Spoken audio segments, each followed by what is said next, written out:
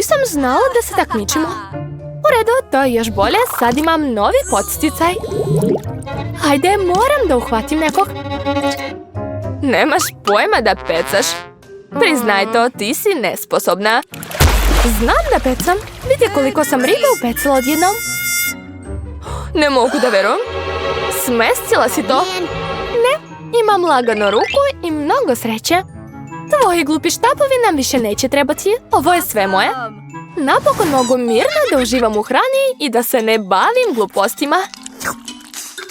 To je baš ukusno. Još uvek sam u šoku. Moram zatvoriti usta.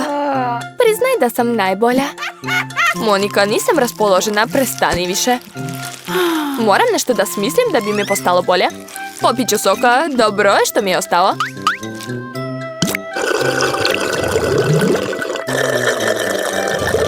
Eto, mnogo mi je bolje sad.